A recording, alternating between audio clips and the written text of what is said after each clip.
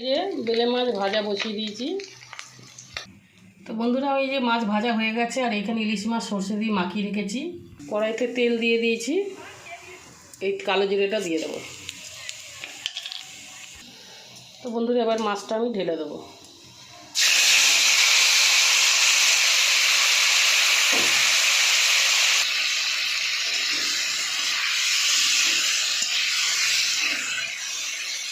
ইলিশ মাছটা আমি এরকম কাঁচাই রান্না করব।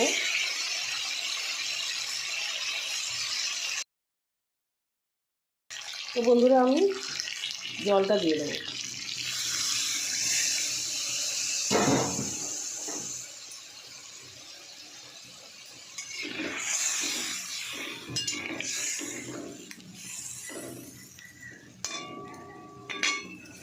তো বন্ধুরা, আমার ইলিশ মাছের সর্ষে রান্না হয়ে গেছে।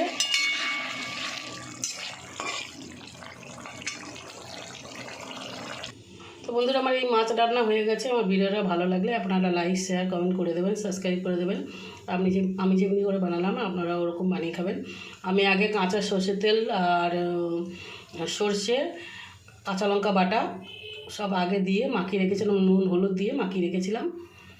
তারপরে তেল দিয়ে কালো জিরে দিয়ে মাছটা দিয়ে দিয়েছি। তো এরকম বানিয়ে আপনারাও খাবেন।